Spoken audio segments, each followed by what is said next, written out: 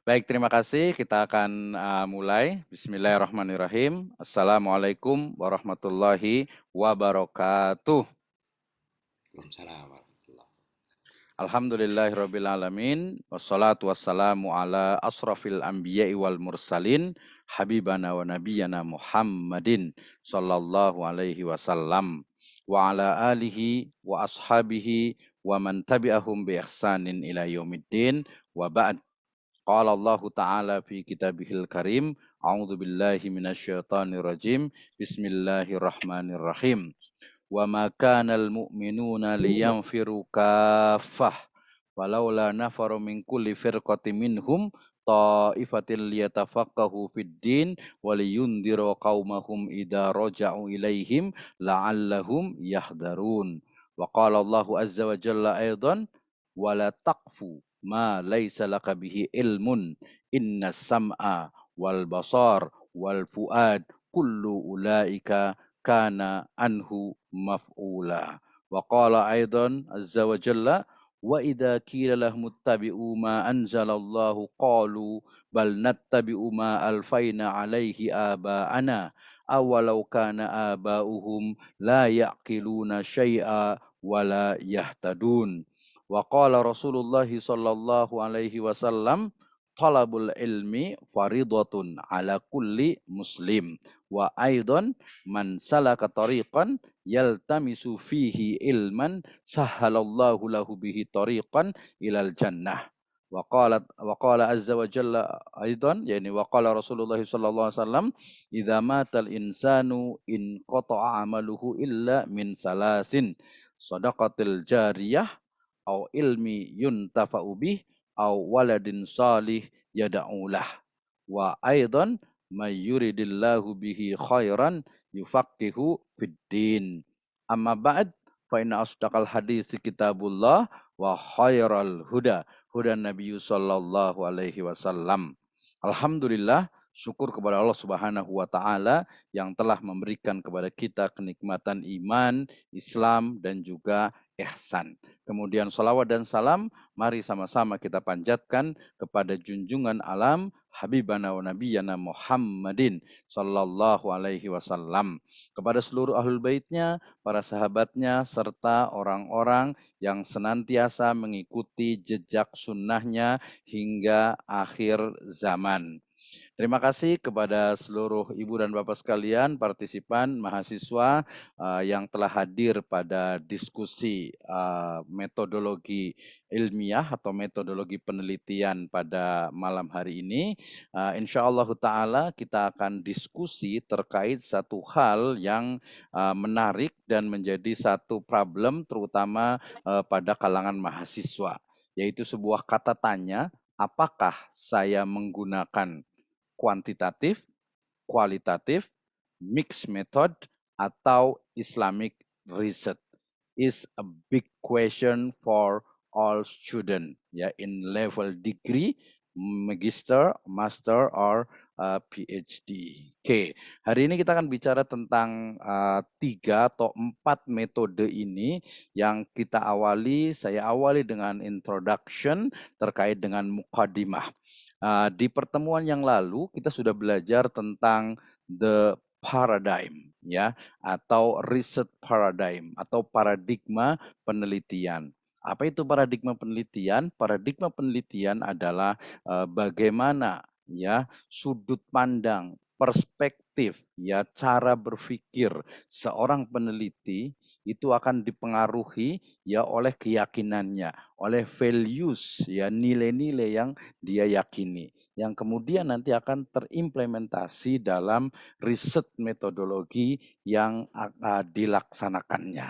Nah, kita sudah belajar tentang positivistik ya atau positivism ya, positivisme di mana di sana salah satu dari faktanya atau salah satu dari implementasi ya dari positivisme itu adalah penggunaan data kuantitatif yang kemudian kita biasa mengenalnya dengan istilah metode kuantitatif. Nah, di sini minimal ada 2, ada survei dan juga eksperimen. Ya, dan yang kedua tentu saja atau tahap berikutnya adalah post positivism ya atau post positivistik.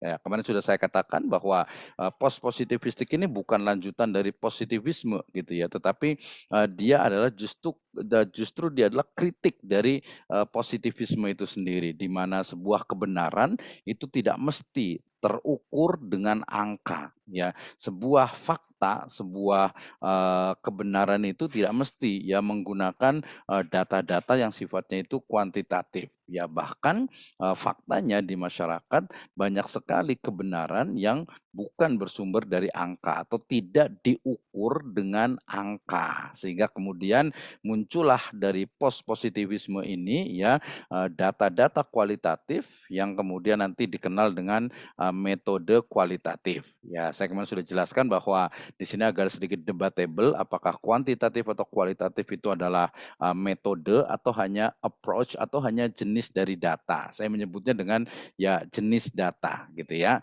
Nah, dalam kualitatif ini kita mengenal ada phenomenological research, ada grounded theory, ada ethnography, ada case study dan juga narrative research. Nah, kemudian ya sebenarnya kan positivisme ini dia banyak sekali nanti turunannya atau banyak sekali kita sebut alirannya gitu ya.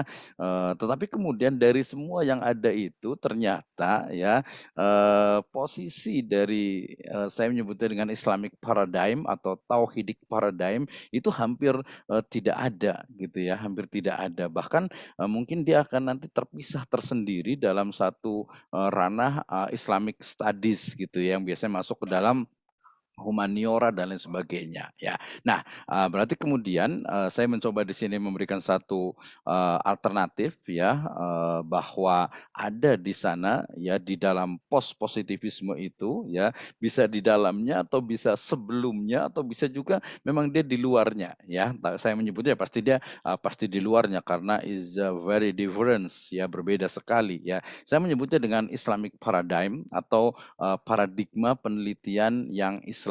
Nah, tentu saja di sini karena background saya adalah di syariah gitu ya, saya awali dengan kajian terkait dengan usul fikih gitu ya.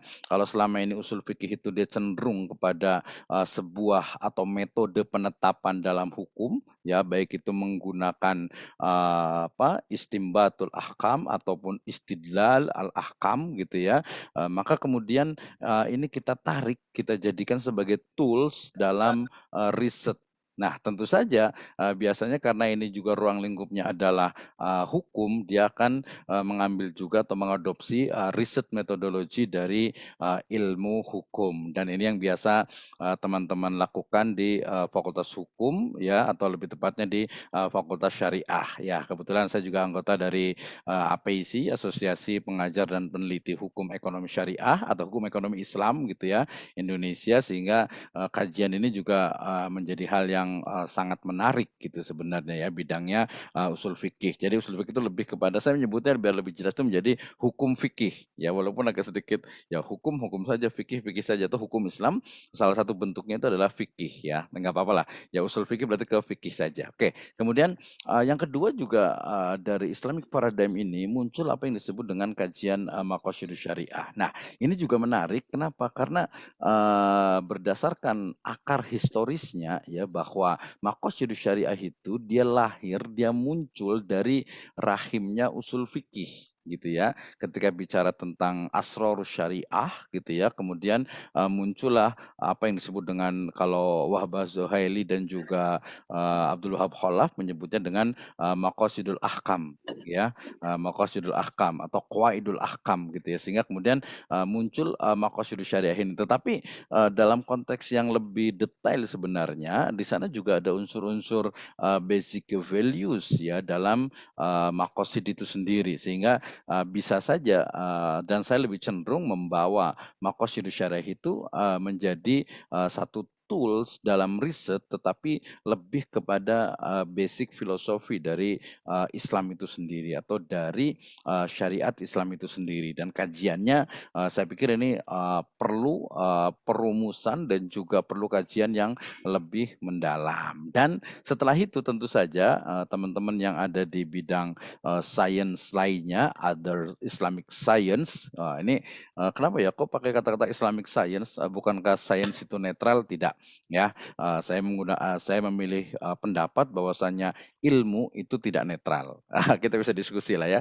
Science itu tidak netral sehingga kemudian kita menyebutnya dengan Islamic science ya, science yang Islami. Oke, ya, ini adalah sebuah pendahuluan saja. Kemudian juga kita diingatkan review sedikit dengan kemarin ya, bahwa saya pakai metode sendiri saja lah yang terakhir gitu ya, bahwa metode penelitian itu saya pahami sebagai metode dalam melakukan penelitian dengan berpedoman kepada metode ilmiah pada masing-masing disiplin ilmu untuk menjawab atau untuk mendapatkan jawaban atas objek yang ditelitinya. Nah, ini yang saya gunakan untuk memberikan pemahaman kepada mahasiswa apa sih sebenarnya metode penelitian? Ya, metode penelitian, metode cara penelitian, cara dalam meneliti, ya cara dalam meneliti menggunakan kaedah-kaedah ilmiah, ya tentu saja nanti yang sifatnya yang Islamiah juga, ya berbasis maslahah dengan tujuan falah fid dunia wal akhirah. Nah, itu bedanya tuh gitu ya. Ya kalau ada yang kritik ya nggak apa-apa juga gitu ya. Yang pasti metode penelitian yang saya pahami dalam konteks Islamic science ini adalah seperti itu. Oke, ya itu review sedikit. Kemudian kita juga kemarin sudah belajar tentang jenis dari penelitian. Jadi sebenarnya pertemuan di ketiga ini saya ingin membawa mahasiswa untuk berpikir ya, what's next or what's after paradigm ya. Jadi apa nih setelah paradigma itu kita pahami ya. Kemarin kita nyebutnya dengan tauhidik paradigm, paradigma tauhid di mana seluruh perspektif, worldview, sudut pandang, perspektif, value yang kita miliki, proses yang dilakukan sampai goals tujuannya itu adalah kemarin itu dari mulai minallah, kemudian juga filah, kemudian ilallahi azza wa jalla, termasuk dalam activity dari riset ini. Oke, Ibu dan Bapak sekalian, teman-teman semuanya. Nah, ini jenis penelitian yang kalau kita lihat nih ya ternyata ya Islamnya itu di mana gitu ya. Walaupun ini lebih kepada tujuan. Ya tujuannya pasti ya keduniaan semuanya ya. Historis misalnya, yaitu hanya rekonstruksi di masa lalu gitu ya. Merekonstruksi masa lalu secara objektif dan sistematis. Kemudian kalau deskriptif lebih kepada deskripsi dari deskripsi tentang suatu fakta yang dia tentu saja aktual gitu ya, aktual. Kemudian juga dia menggunakan fakta-fakta tertentu. Ada yang development, ada kasus, ada korelasional, ada eksperimental, ada kuasi eksperimental semu, dan juga kausal komparatif, dan juga action research. Ini tidak terlalu banyak ya karena kita bukan fokusnya di sini ya. Kita akan bicara tentang ini. Nah, ya. Jadi jenis penelitian. Jadi tadi teman-teman semuanya mahasiswa ketika pertama yang kita pahami di pertemuan pertama kita sudah belajar tentang the art of Islamic research ya, seni dalam meneliti ya secara Islam. Oke, sudah ya.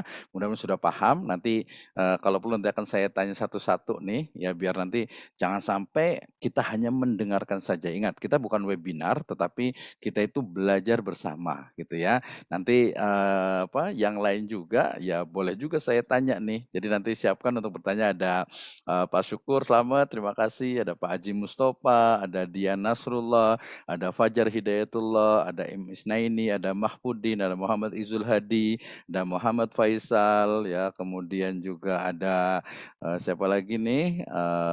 Yang lainnya ada Pak Taufik juga gitu. Jadi kita bukan hanya mendengarkan, ingat. Ya, kita sedang belajar dan saya ingin bahwa apa yang saya sampaikan itu bisa dipahami ya. Terutama tadi di pertemuan pertama kita belajar tadi tentang seni meneliti Islami, the art of Islamic research, itu yang pertama. Yang kedua adalah paradigm in research ya, atau paradigma penelitian atau research paradigm ya. Paradigma dalam penelitian bahwa ternyata penelitian yang ada sekarang ini, metode-metode yang berkembang itu ya, yang kita lihat di sini ada kuantitatif dengan kualitatif ataupun mix metode itu ya mereka memiliki basic ideologi ya, ya yang mungkin ya bisa jadi dia tidak sesuai dengan nilai-nilai syariah Ya, tadi kita punya, satu pemahaman, satu pemikiran bahwa sains, ilmu pengetahuan tidak netral. Oke, nah kita bicara tentang ini. Jadi, setelah kita paham tentang paradigma, berikutnya adalah dari paradigma itu kemudian memunculkan berbagai metode penelitian atau research approach, pendekatan penelitian. Nah, kita lihat di sini ada yang sifatnya dia menggunakan ya datanya itu adalah kuantitatif. Ya, tadi saya sebutkan, oke lah saya mengikuti saja. Jadi, jenis penelitian yang pertama itu adalah metode kuantitatif, ya. Artinya apa? Sebenarnya kenapa dia disebut metode kuantitatif? Karena data yang dijadikan objek dalam penelitian itu sifatnya kuantitatif, ya. Demikian juga yang kualitatif. Kenapa dia disebut kualitatif? Karena dia itu ya objek penelitiannya atau data penelitian dalam penelitian itu adalah apa? Adalah sifatnya itu kualitatif sehingga disebut dengan metode kualitatif ya. Kemudian mixed method merujuk kepada bukunya Creswell ya, itu bicara tentang bagaimana gabungan antara keduanya dan kita akan belajar itu ya. Nah, jadi di kuantitatif ini tadi dari paradigma positivistik atau positivisme kemudian muncullah kebenaran itu selalu diukur dengan angka. Angka berarti, kuantifikasi atau kuanti ya, artinya, kuanti itu kan berarti apa ya, nilai atau jumlah tertentu gitu ya, jumlah tertentu. Nah, dari kuantitatif inilah kemudian muncul berbagai model atau penelitian atau pendekatan penelitian yang bisa menggunakan survei ataupun juga eksperimen. Eksperimen itu berarti dia ada uji coba, nanti ada beberapa, jenis dari uji coba. Ada juga yang sifatnya itu survei. Nah, kalau survei itu berarti nanti, terkait dengan, bagaimana pilihan populasinya, kemudian juga bagaimana samplingnya. Oke, nah itu akan banyak sekali terutama nanti terkait dengan kalau di standar itu ya S1, S2 itu paling ya pakai regresi, pakai korelasi, paling, jauh nanti pakai, SEM misalnya gitu ya, data series dan sebagainya. Oke, mungkin yang terakhir sekarang adalah Israel dan sebagainya. Oke, nah itu di kuantitatif. Nah, kalau di kualitatif sebagai dia, perwujudan ya dari, post positivisme yang menganggap bahwa kebenaran itu tidak selamanya harus diangkakan ya, tetapi dia bisa berupa, ide, gagasan, bahkan juga keyakinan ya, wacana, kemudian juga nilai-nilai yang ada di masyarakat. Nah, dari post positivisme ini ya di dalamnya itu salah satunya adalah strukturalisme, kemudian juga nanti muncul metodenya itu dia, biasanya menggunakan, grounded theory, ya kemudian juga naratif, riset, ya kemudian ada, case study, kemudian tadi ada fenomenologi dan juga ada etnografi. Dan ini ingat ya,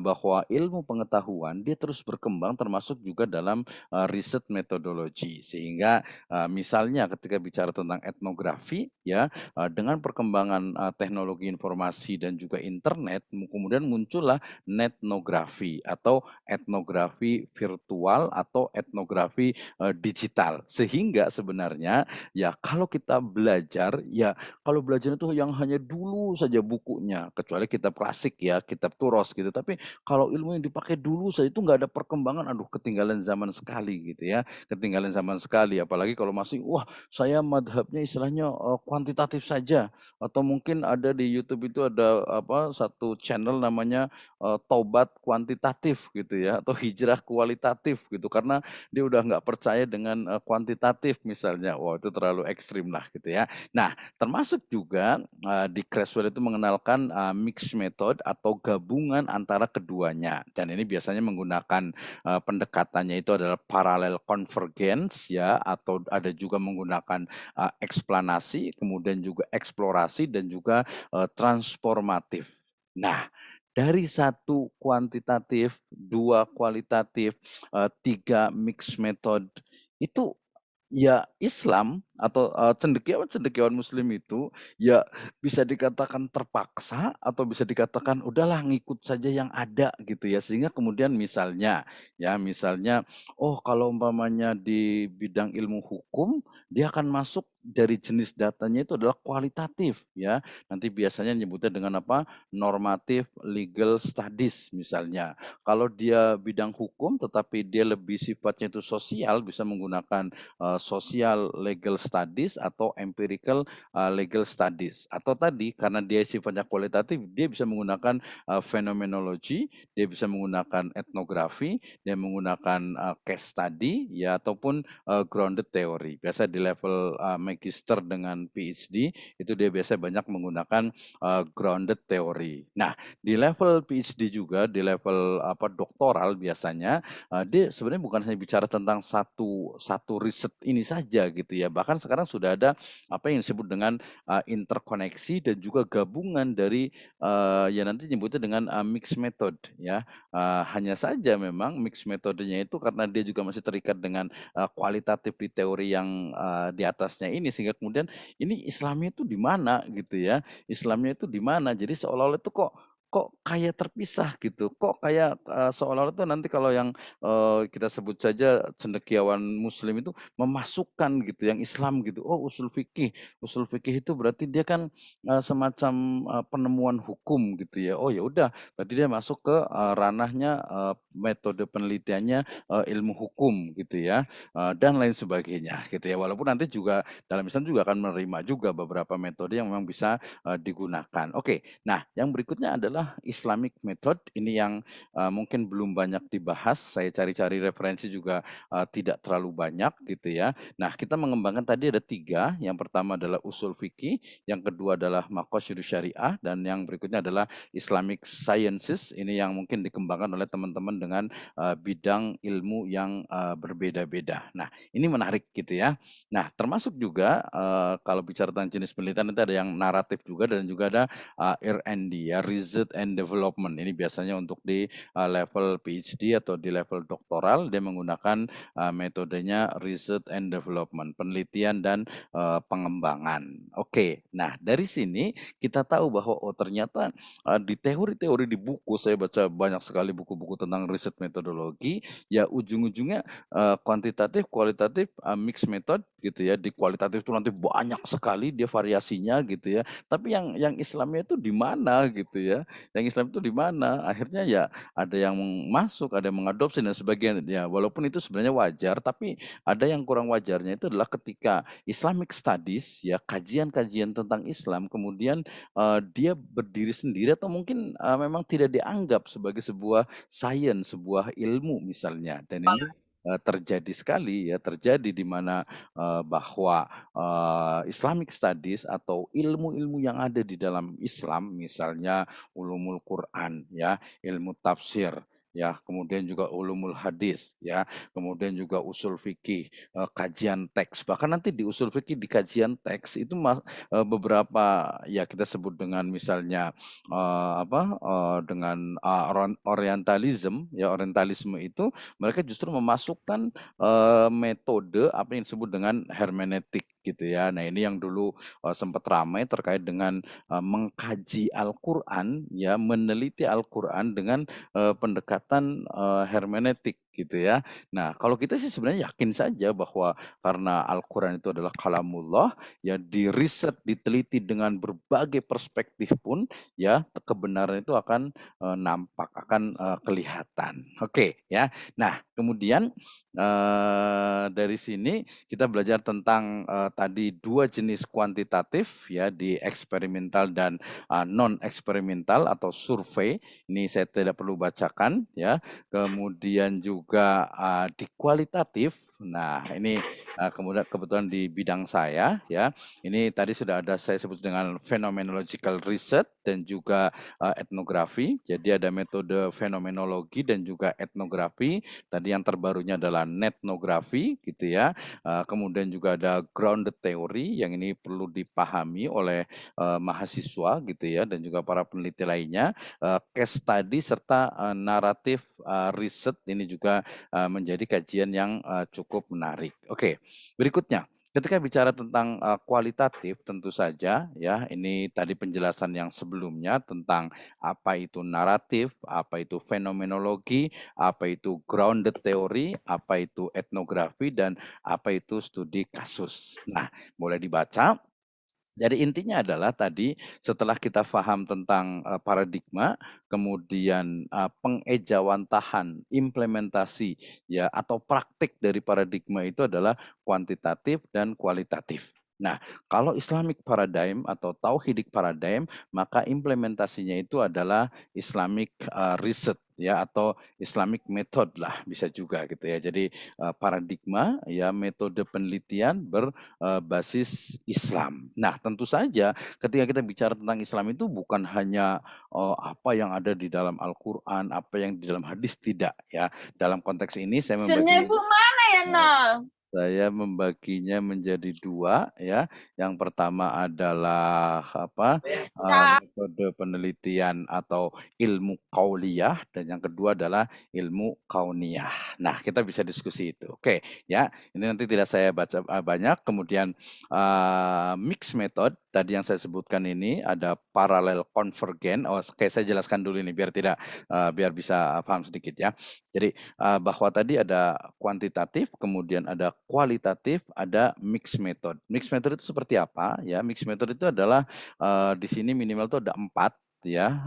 Pertama adalah ini saya ambil dari bukunya Creswell ya terkait dengan risk methodology ya paralel konvergen. Artinya desain penelitian yang digunakan dengan cara dia memang menggabungkan ya mengkonvergensikan ya antara data kualitatif dengan data kuantitatif untuk menghasilkan analisis yang, komprehensif. Jadi dia memang betul-betul dua-duanya tuh ya. Jadi betul-betul, digabungkan sehingga kemudian, nanti analisisnya pun ya kalau analisis pasti satu-satu tapi, dia menjadi satu data yang kemudian dianalisis dengan, kuanti ataupun dengan, kuali. Ini yang, paralel ya. Jadi dia memang, 1, 2 jadi gabung di sini jadi sama-sama gitu ya.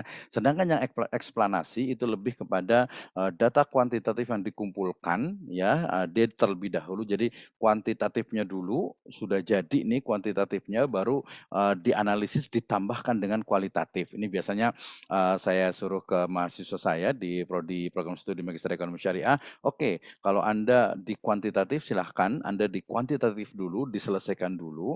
Kalau sudah untuk menguatkan dari analisis Anda, perlu interview misalnya," gitu ya atau mungkin perlu ada kajian yang sifatnya lebih, syariah misalnya. Nah, ini berarti, dia mix method tapi dengan, polanya atau explanation, approach ya, pendekatan, eksplanasi. Sedangkan yang eksplorasi dia sebaliknya ya.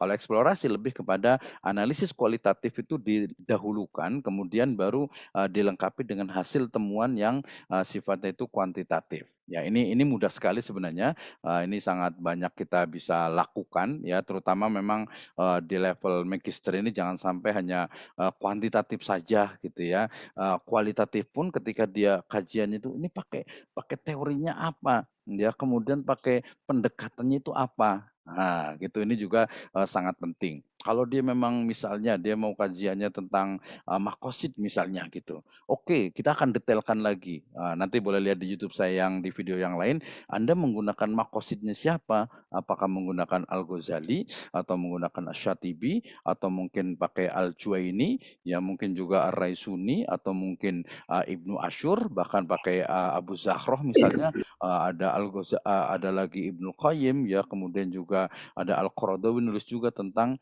Maqasidus Syariah. Nah, mana yang Anda gunakan? Anda mau ngambil semuanya gitu ya, tidak mungkin gitu, karena masing-masing itu dia memiliki, kekhasan gitu ya. Oke, nah terakhir ada transformatif, ini biasa terkait dengan, biasanya itu peneliti menggunakan, lensa teoritis ya, yang kemudian dia biasa diorientasikan pada konsep ideal mengenai keadilan sosial. Jadi, wah sekarang ini banyak sekali nih riset-riset yang, sifatnya itu, menginginkan sebuah keadilan sosial ya, dengan melihat fakta yang ada, di masyarakat. Wih, sekarang lagi ramai sekali tentang, minyak goreng gitu ya, tentang IKN gitu ya, dan lain sebagainya. Nah, itu sangat membutuhkan, para peneliti-peneliti yang memang, dia expert di, bidangnya masing-masing. Baik, Ibu dan Bapak sekalian, nah ini yang coba saya kembangkan ketika berbicara tentang penelitian Islamic method ya. Bisa Islamic method atau Islamic research ya. Metode Islami, metode penelitian Islami atau Islamic method research. Kita sedang mencari apa nih kata-kata yang tepat sebenarnya, tapi merujuk kepada metode penelitian Islami. Kenapa Islami? Ya karena memang dari mulai rumpun ilmunya, kemudian juga objek penelitiannya, kemudian juga paradigma yang digunakan. Nah ya, jadi kalau teman-teman atau ada beberapa cendekiawan yang mereka mengkritik bahwa kuantitatif dengan kualitatif itu dengan bukan metode, ya mereka mengatakan ini dari mana-mana dasar paradigmanya gitu ya. Kalau dia sebuah metode gitu ya, kalau misalnya survei itu jelas, kemudian juga kalau eksperimen itu jelas gitu ya, etnografi itu jelas, fenomenologi itu jelas. Nah kalau ini mana nih dasar, paradigmanya? Nah ternyata kalau dalam Islam, wah sudah sangat jelas sekali dengan Islamic paradigm, kemudian juga ilmu-ilmu yang dikembangkan, termasuk ini yang saya nyebut dengan, apa tadi yang disebut dengan Islamic sciences ya. Jadi, ilmu pengetahuan Islami, ya. Oke, mungkin, sebenarnya di sini menggunakan kata Islam itu untuk menguatkan gitu ya, untuk menguatkan. Kalaupun dia hanya menggunakan ilmu pengetahuan, tapi yang betul-betul, Islami gitu ya. Ada nggak sih ilmu yang nggak Islami? Ya banyaklah. Ilmu misalnya astrologi, ya kemudian juga, sihir, ya kemudian juga ilmu mungkin apa, kayak semacam ramalan dan lain sebagainya, ya, itu ya tidak Islami gitu ya. Nah, ilmu tentang siasat strategi berjudi umpamanya, wah itu juga nggak Islami, jelas gitu ya. Nah, yang saya maksud dengan Islamic sciences itu adalah teori-teori ilmu pengetahuan yang dikembangkan oleh ilmuwan muslim berbasis nilai-nilai Islam. Ya, kenapa ngomongin Islam terus ya? Ya jelaslah ya, because we are a Muslim.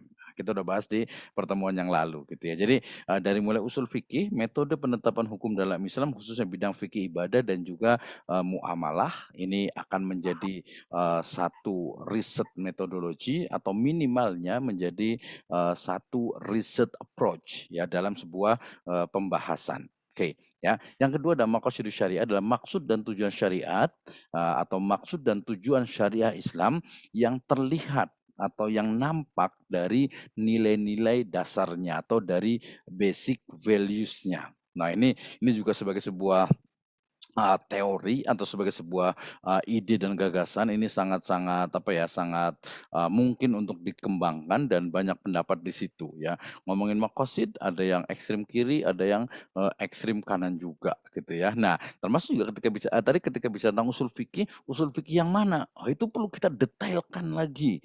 Maqasidus syariah yang mana nih? Perlu didetailkan lagi ya, termasuk apalagi bicara tentang, Islamic sciences ya. Misalnya tentang, kesehatan Islami sekarang sudah alhamdulillah sudah banyak, berkembang gitu ya, kemudian ya ekonomi jelas gitu kan, Islamic Economic and Business-nya juga, sudah berkembang, keuangan juga sudah, berkembang, ekonomi pembangunan juga seharusnya sudah berkembang juga ya, berbagai hal terkait ya psikologi juga, beberapa teman-teman juga sudah perkembangannya sudah mulai, bagus sekarang gitu ya psikologi, kemudian juga mungkin yang lainnya termasuk astronomi, matematika, eksak dan sebagainya, itu juga, ya tugas kita untuk bisa, mengembangkan ya. Tapi kebetulan karena kita fokus di, ekonomi syariah, maka kita akan banyak membawa kepada, ekonomi syariah. Oke, ini adalah Islamic method ya. Nah, ketika bicara tentang ini sedikit tentang, research and development, ini tidak perlu saya jelaskan. Nah, ketika bicara tentang research approach, nah ini saya ingin menjelaskan kepada mahasiswa terutama yang masih belum paham nih ya, ada istilah, kalau metode dengan metodologi penelitian, insya Allah mudah-mudahan sudah paham, nanti boleh saya tanya ke Pak Syukur, Pak Haji Mustofa, atau mungkin Pak Aziz Abdurrahman juga, dari kita diskusi, ada Pak Dian juga, ada Pak Jadiatullah, nanti boleh, mungkin dalam, 12 menit lagi saya selesaikan, nanti mungkin ini nggak saya selesaikan karena nanti saya ingin menguji apakah memang paham atau tidak. Oke, ada beberapa istilah, ada desain penelitian. Kalau desain penelitian dia biasanya, lebih banyak digunakan untuk, siapa, untuk, riset yang sifatnya itu kuantitatif. ya. Kalau research approach itu dia biasa terkait dengan pendekatan, ya. Jadi yang disebut dengan pendekatan penelitian ini ternyata juga bisa dilihat dari sisi tiga. Yang pertama adalah pendekatan penelitian sebagai sebuah desain penelitian, ya, kuantitatif, kualitatif, mixed method, termasuk tadi Islamic approach gitu ya, atau usul fikih approach ini menjadi desain penelitian. Sedangkan teknik pengumpulan data ini biasa terkait dengan kuesioner, terus observasi, interview dan juga studi dokumen. Sedangkan dari sisi analisis data, dia sifatnya ada yang deskriptif, ada yang regresi, ada yang analisis faktor, ada analisis konten, ada analisis naratif, ada analisis wacana, plus dalam Islam itu ada analisis teks wahyu. Nah, ini yang membedakan ya. Ada analisis teks wahyu, baik teksnya itu secara tekstual ataupun teksnya itu dipahami dengan cara kontekstual. Wah, ini menurut saya menarik sekali untuk kita kaji, terutama di ekonomi syariah. Nah, ketika bicara tentang desain penelitian, tadi saya nyebutnya dengan istilah digunakan untuk yang kuantitatif, terutama nanti yang eksperimen. Jadi kalau yang kualitatif dia biasanya tidak menggunakan istilah desain penelitian, tapi langsung ke bisa research approach, pendekatan penelitian atau metode penelitian. Nah, kalau di desain penelitian di kuantitatif, ya tiga ini saja sebenarnya aktivitasnya. Pemilihan objek penelitian, kemudian pemilihan dan pengumpulan data, kemudian validasi, dan juga analisis data. Ya pasti sampai ke kesimpulan. Tiga ini saja sebenarnya kalau di kuantitatif. Jadi ya mudah gitu ya, mudah. Oke. Nah, kalau di kuantitatif dalam tekniknya tentu saja dia biasanya adalah kuesioner dan juga ada wawancara juga. Ya ada sih beberapa orang yang mengatakan, wawancara itu kan ranahnya kualitatif, nggak bisa dong di kuantitatif. Ya, ternyata tidak juga gitu ya, bahwa wawancara kemudian dengan kita kalau kuesioner kan nanti apalagi kalau menggunakan Google Form itu dia biasanya lebih banyak langsung mengisi gitu. Sementara wawancara mungkin ya sama juga mengisi juga sih, perlu waktu misalnya Bapak perlu ini jawabannya yang mana, yang mana, yang mana, yang mana, sama juga. Jadi saya menyebutnya wawancara juga bukan hegemoninya kualitatif, tetapi di kuantitatif pun bisa digunakan. Sedangkan di kualitatif ini pada dasarnya juga cuma tiga saja, observasi, wawancara, studi dokumen. Ya gampang banget sebenarnya itu. Cuman kalau teori saja juga nggak bisa juga. Ya sama juga kita paham teori tentang renang, gayanya begini, gaya kupu-kupu, gaya dan sebagainya, tapi giliran mau nyebur jadinya gaya batu gitu ya, karena nggak pernah praktek. Nah ini juga penting, jadi jangan hanya teori tapi juga prakteknya. Oke, nah observasi terkait dengan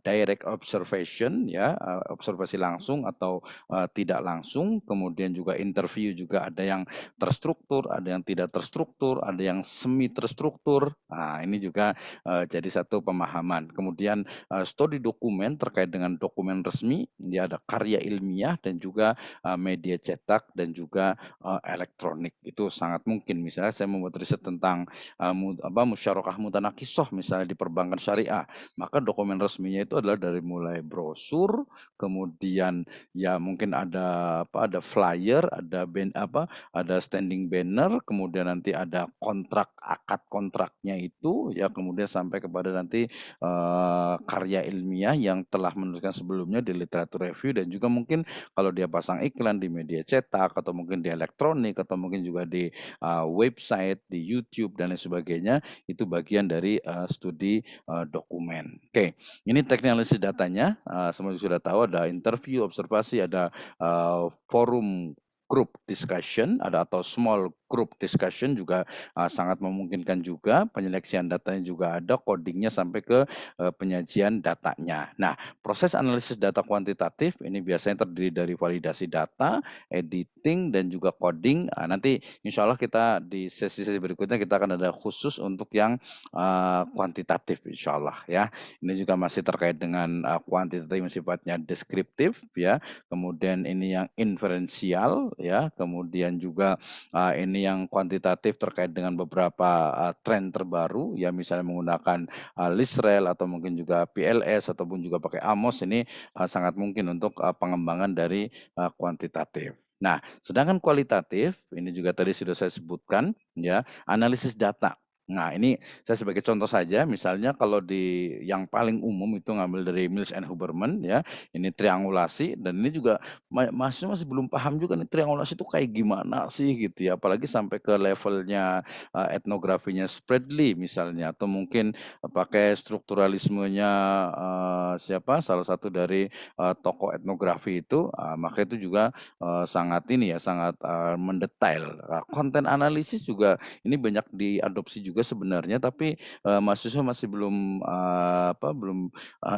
belum paham ini kalau dibawa ke yang syariah itu seperti apa sebenarnya gitu ya. Karena ini kan kalau ini yang kualitatif itu tadi saya sebutkan dari post positivisme itu dia lebih banyak kepada masalah-masalah sosial gitu ya. Sehingga masalah wahyu, masalah teks Al-Qur'an, hadis, ya Islamic perspective itu tidak, banyak dilakukan. Nah, sehingga kemudian kita akan mengkaji itu. Nah, tekniknya ini tadi sudah disebutkan, kemudian juga analisis datanya ini yang disebut dengan, triangulasi ya, dari mulai reduction, ada display, ada, conclusion. Nah, ini yang paling, penting dalam menganalisis data yang memastikan. Nah, kalau umpamanya tadi kenapa perlu Islamic research gitu ya, karena memang ini nggak bisa gitu ya, analisis, Mills and Huberman dia nggak bisa untuk menganalisis tentang, misalnya kita ingin tahu tentang, sebenarnya gimana sih dalam Islam itu, pemberdayaan, ya kemudian juga sebenarnya,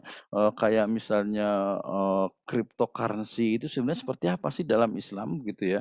Kenapa sekarang banyak trading gitu ya, supaya apa sih sebenarnya itu kayak gimana gitu ya, dan lain sebagainya, itu nggak bisa dijawab oleh penelitian yang sifatnya itu mau kuantitatif, mau kualitatif, mau baik kualitatif yang mana nggak disentuh yang Islam itu gitu ya. Sehingga kemudian ya mau tidak mau dari kita sendiri harus, mencoba untuk memikirkan itunya. Nah, kalau Spritly dia lebih detail lagi, saya pernah mempraktekkan di, satu riset etnografi saya gitu ya, dan ya detail memang termasuk pertama dari mulai analisis domainnya, kemudian taksonominya, kemudian juga komponensialnya sampai ke tema kulturalnya. Nah, ini juga dia nggak bisa ini tuh, Spradley itu dia hanya meneliti tentang interaksi, tentang makna, tentang struktur sosial, tentang, simbol gitu yang ada di masyarakat.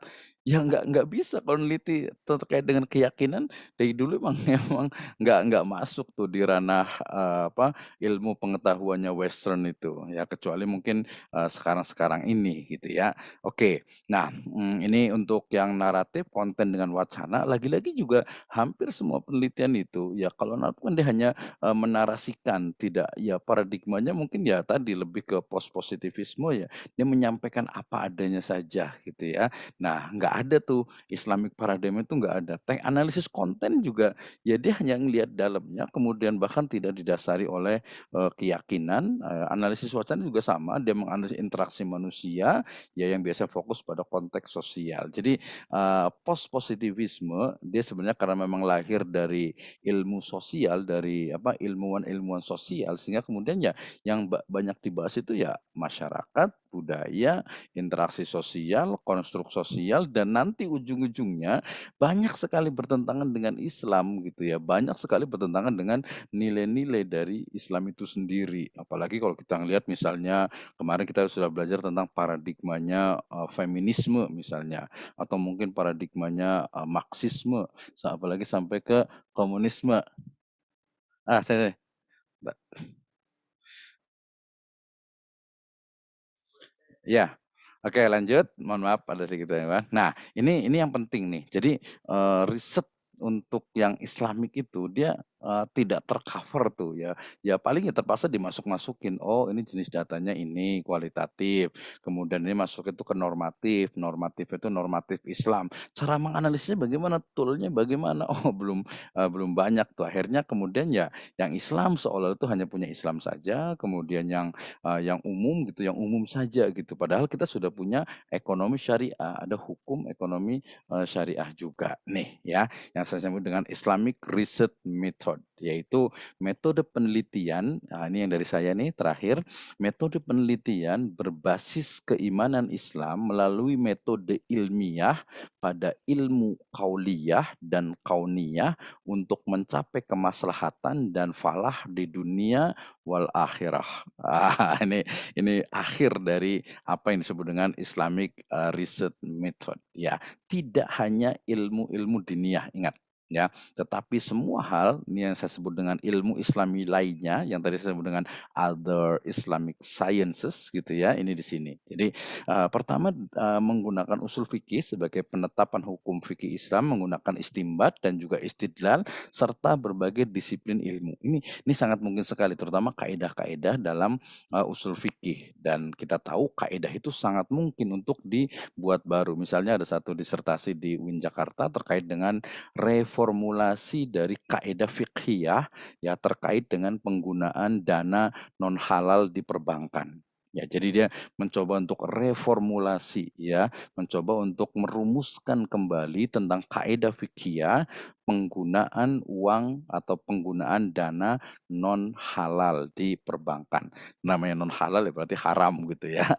Nah, ini menarik gitu ya. Ini menarik dan ini memang yang paling banyak ya karena saya bilang studi ekonomi itu banyak banyak dimonopoli ya. Kalau mungkin agak sedikit negatif, banyak mayoritasnya adalah penggunaan fikih. Saya sendiri juga banyak kesana, tapi memang ya Islam itu ya banyak ya fikih, ngomongin tentang hukum, ngomongin halal, haram gitu kan memang seperti itu gitu ya. Sebelum bicara tentang yang lain bahkan ketika mahasiswa saya membuat sebuah riset tesis tentang BMC, Business Model Canvas, saya bilang harus ada screening syariahnya dulu gitu ya. Atau kalau Anda berani ya merubah atau mungkin memodifikasi dari bisnis model Canvas itu dalam konteks syariah. Jadi ya walaupun tidak tepat tapi kita sebut misalnya BMC syariah misalnya gitu ya. Bisnis model Canvas yang Islamic Business Model Canvas sebenarnya seharusnya itu. Itu kalau berani gitu, kenapa tidak? Atau ya mungkin teori yang lain bisa menggunakan screening. Artinya sebelum satu bisnis itu masuk ke dalam BMC, ya masuk ke dalam setiap kanvas itu, ya pastikan bahwa itu sudah sudah syar'i. Tetapi ini juga ada kelemahannya. Kelemahannya apa? Ketika pemilihan channel, ketika pemilihan media, ketika di misalnya itu di keuangannya, di cost-nya, di cost structure-nya, kemudian mungkin juga di key partner-nya. Nah, kalau kita bilang satu bisnis misalnya di properti, kemudian key partner-nya kalau BMC, ya kalau yang ya apa aja dong, terserah. Yang penting kan, ini modalnya banyak atau apa, mau konvensional atau apa, terserah gitu kan banknya. Nah, kalau yang Islami kan nggak bisa gitu. Kalau di memasukkan key partner, kalau dia banking gitu ya harusnya yang syariah lah gitu ya. Kemudian ketika dia cari yang insurance misalnya, cari yang syariah juga gitu. Bahkan kalau ada sampai ke hospital misalnya, ya harus yang halal hospital juga gitu. Nah, ini bagian dari apa yang disebut oleh KNEKS dengan disebut dengan lingkungan dari ekonomi syariah ya. Jadi satu bisa dikatakan anatominya di dalamnya, kemudian lingkungannya itu menjadi bagian dari ekonomi syariah. Gitu ya. Oke, kita lanjut lagi. Jadi di ini menjadi poin utama kita. Waktunya sudah habis ya. Ini di usul fikih, kemudian kita akan bicarain nanti next time. Ini di Maqasidus Syariah, satu teori yang umumnya. Kemudian ini di Islamic Science Approach, ya ilmu qauliyah, ilmu kauniyah. Ini terkait dengan diniyah dan ini dengan alamiyah. Ya, ini sangat memerlukan adanya berbagai teori-teori baru yang dikembangkan oleh para ilmuwan cendekiawan tentunya. Nah, ini yang kita bisa diskusikan dan saya akan close dari share saya dan kita bisa diskusi. Ya, kalau tidak ada yang bertanya nanti justru saya akan bertanya terkait dengan materi pertama, kedua dan ketiga hari ini. Nah, satu kesimpulannya sebelum kita diskusi adalah pertama bahwa dalam riset metodologi, dalam metode penelitian Islam atau dalam metode penelitian gitu ya, itu yang harus pertama dipahami itu adalah paradigma dari Islam, bagaimana dia melihat riset metodologi. Nah, ini menjadi inspirasi saya untuk membuat sebuah buku tadi. Kalau mau kita bareng-bareng boleh juga ya. Di sini ada Prof. Gembala nih ya terkait dengan bagaimana sebenarnya metode penelitian perspektifnya Al-Qur'an.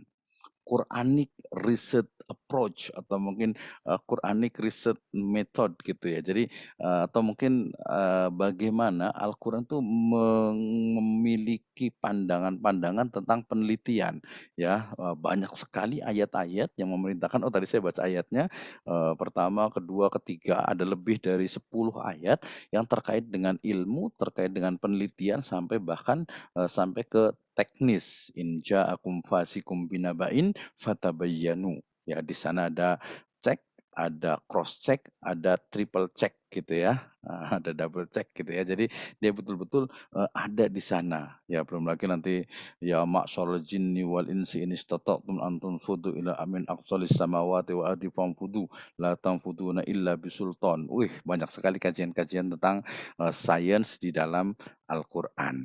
Yang pertama, kita memahami seni dalam penelitian perspektif syariah yang itu didasari oleh paradigma penelitian yang Islami. Kemudian dari paradigma ini memunculkan bagaimana pendekatan research approach yang terutama berasal dari ilmu kauliyah yang pertama, yang kedua adalah ilmu-ilmu kauniyah sehingga kemudian memunculkan berbagai teori terkait dengan bagaimana menemukan sebuah kebenaran ya yang berbasiskan nilai-nilai syariah, nilai-nilai Islam tentu saja yang bertujuan atau yang memiliki asas maslahah ya dan ujungnya adalah untuk mencapai falah fid dunya wal akhirah. Nah, Ibu dan Bapak sekalian, kita bisa diskusi. Kalau tidak ada yang diskusi, saya ingin memastikan mahasiswa saya untuk siap Bu Prof. Ya, terima kasih. Selamat datang juga Pak Khalifur Rahman. Terima kasih sudah bergabung. Nah, nanti kalau mau yang bertanya atau diskusi boleh raise hand gitu ya. Kemudian nanti kita bisa diskusi bersama ya atau